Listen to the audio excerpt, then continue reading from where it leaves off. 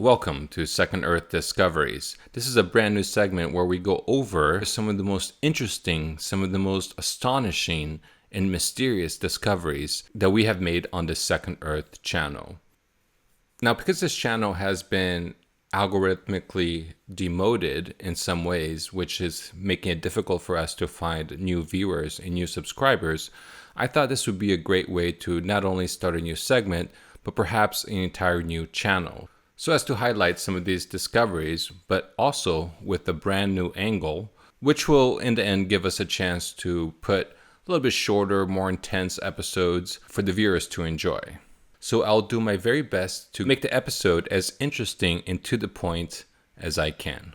So today's episode is going to be about the biggest marine fossil ever discovered. And yes, the claim sounds rather extravagant, but part of the episode is to showcase some evidence that perhaps may convince you that indeed this channel may have actually found something extraordinary.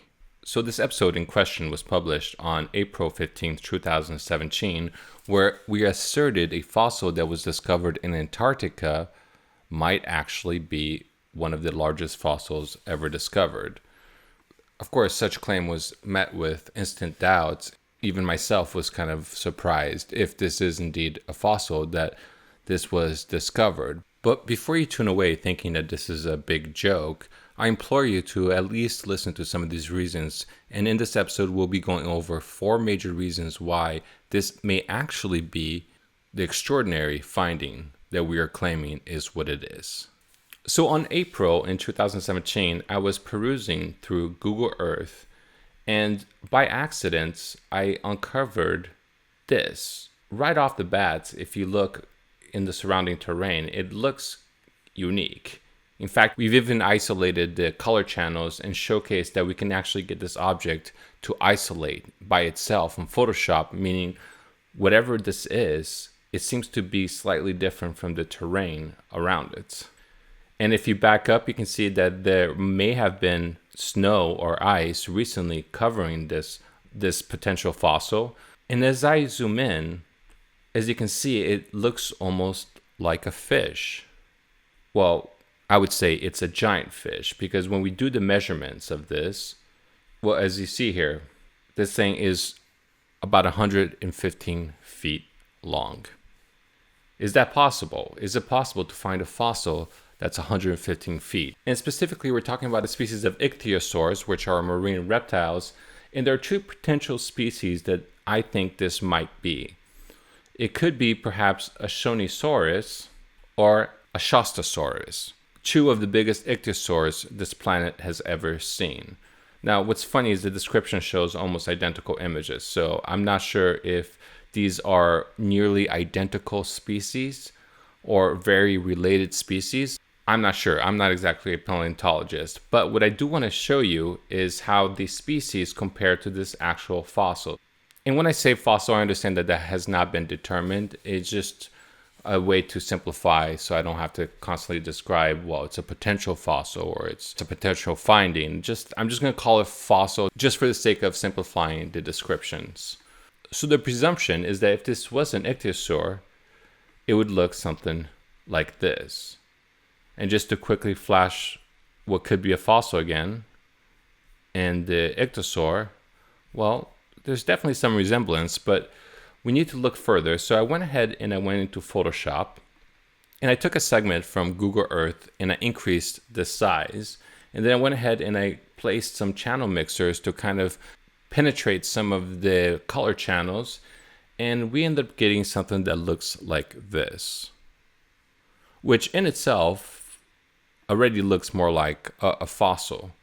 So what I want to do is show you a few images of some of the biggest ichthyosaurs that we could find on the internet and see how it compares in scale and get your impression of whether it's possible that this could indeed be a fossil.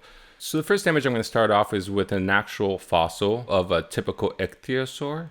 And just to kind of clear that up a little bit more, it would look something like this. But this is actually a smaller ichthyosaur.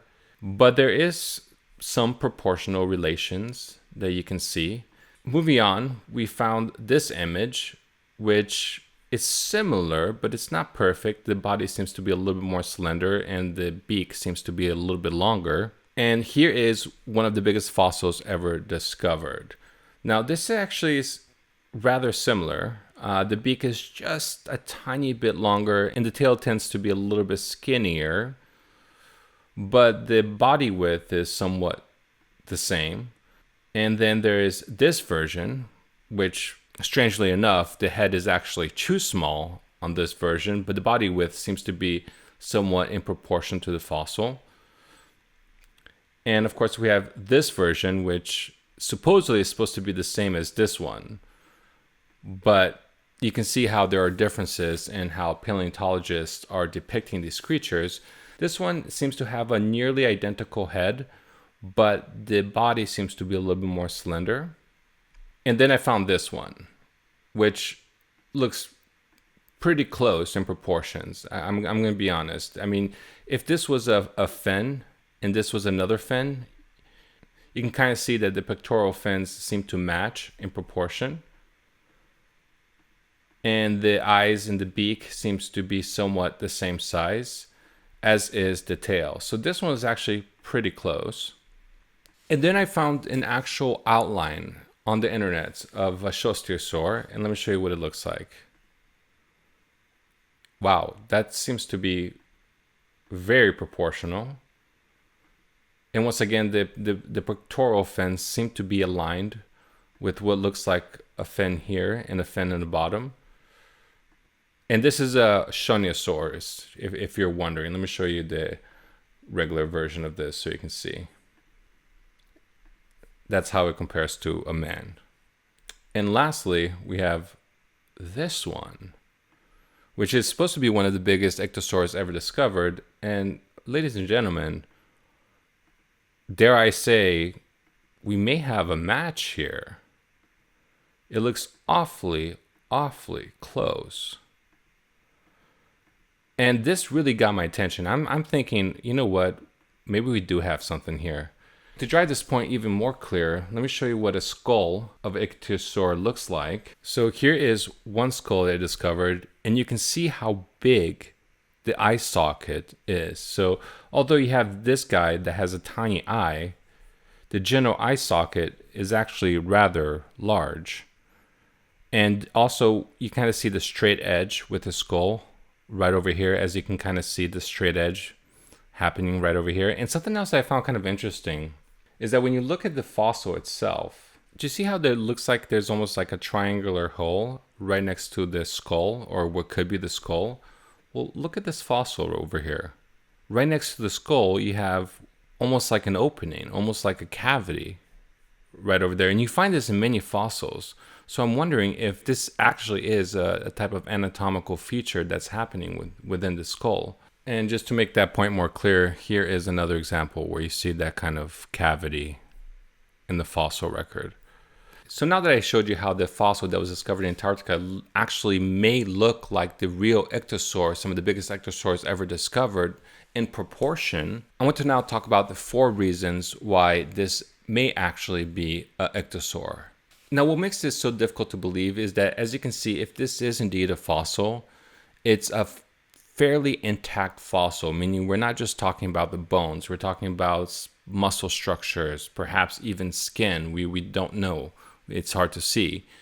But I started thinking, is this possible?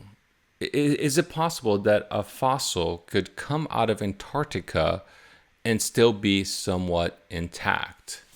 And as I was saying earlier, 2 of the largest species, the Shonisaurus and the Shastasaurus, well, they lived between 237 million to 210 million years ago, which means they would have had to have gone an unusual fossilization process prior to it being completely frozen over around 30 million years ago, which is when Antarctica started freezing.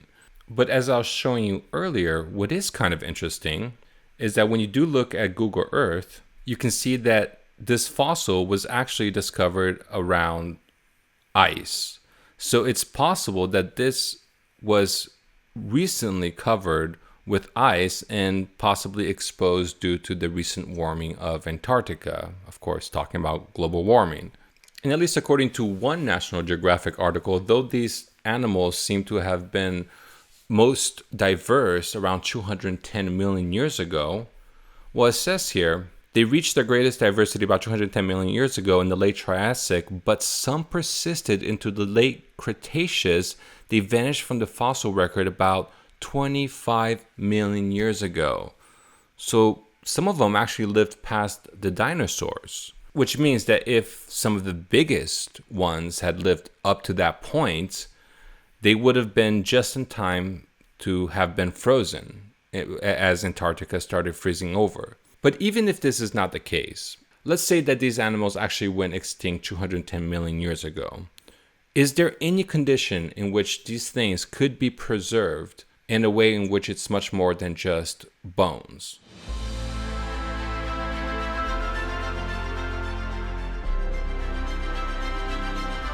Well, I had to do some digging, and I discovered that the most well-preserved fossil ever discovered was indeed discovered with bones and skin and muscles and tissues, all fossilized. This thing was about, as it says here, 110 million years old. So this was quite a long time ago that all of this was able to be preserved. And what interested me the most is what condition would be required for such a fossil to be preserved in such a manner. And it says here, this dinosaur, resembling a 2,800-pound pineapple, ended up dead in a river. And if you read further in the end of this highlighted part, it says, after its death, its carcass ended up back first on the muddy floor of an ancient seaway. So it seems like some kind of seaway or river was the prerequisite for an animal to eventually be in some kind of muddy sediment that would allow it to be preserved to this level. And so I got curious. I was like, where is this fossil exactly? And if you back up, you can kind of see that it's present in this kind of, you see how this, it looks like there's this kind of trail over here? Well, this trail happens to be where an ancient glacier, one of the largest glaciers in the world, actually slides across. In fact, let me show you exactly what it says here.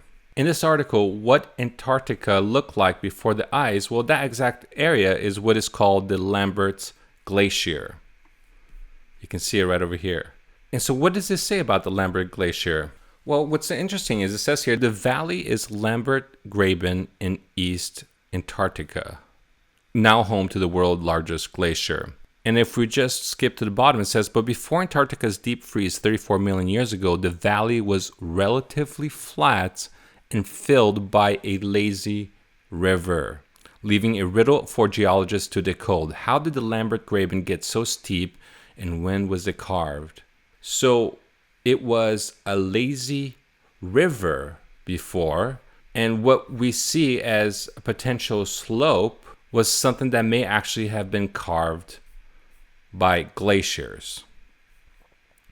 Ladies and gentlemen, this is really interesting because now we're actually outlining the exact condition that would have been required for such a fossil to actually exist. But if this was the only reason, then I wouldn't have an episode. Let's go to the second reason why this might actually be one of the largest fossils in the world. Independent confirmation. Now, when I first discovered this supposed fossil, if we can determine that it's exactly that, I wasn't looking for it. I was looking for underground UFO bases. Oh boy, I might have just put a nail in the coffin when it comes to having credibility. But hey, the Navy admits UFOs are real, so give me a break. Now, what I mean to say is I didn't mean to find this. In fact, I thought this was a fish fossil. But when I measured it, I noticed it was 113 feet long. Then I wondered if there was an ancient whale that could look like this, but the fossil looked kind of odd. So I was a little bit perplexed. And I didn't know of any fishes or whales that actually looked like what I was seeing. Now, when I finally came to the realization that outside of blue whales, the largest marine animals to ever swim in Earth's oceans were reptiles, I was pretty shocked. However, when I noticed that this particular reptile just happened to look near identical to what I had discovered in what had been previously very peculiar to me, well, I was damn near speechless. Is this all a coincidence? You tell me.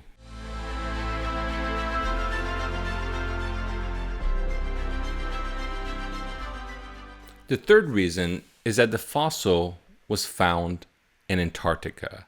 Now, it's one thing to find what you thought was a fossil in Antarctica to then realize there's actually an extinct species that looks exactly like what you think you're seeing. It's a whole nother thing to discover that these marine reptiles happen to come from the very continent you discovered the fossil in. Ladies and gentlemen, I did not stumble my words. This marine reptile, just by mere coincidence, I mean, to me it seemed like a coincidence because I had no idea. This thing actually comes from Antarctica. In this article by VOA News, mystery fossil found in Antarctica is giant egg, scientists say. It says here in the bottom, they analyzed the body size of 216 living reptiles, compared them with their egg sizes, and estimated that the animal that laid the mystery egg would have been roughly 7 meters long. Not just that, but as you can see by this image, the fossil discovered in Antarctica in 2011, which is a large egg, was possibly laid by an ancient aquatic reptile. An ancient aquatic reptile in Antarctica. Ladies and gentlemen, imagine you find something in Antarctica having no knowledge of what this thing could look like, and it just happens to look like one of the biggest fossils ever discovered on Earth, and that fossil just happens to be discovered in Antarctica. Now, if the first independent confirmation could be construed as a coincidence, well, this is a hell of a double whammy of a coincidence.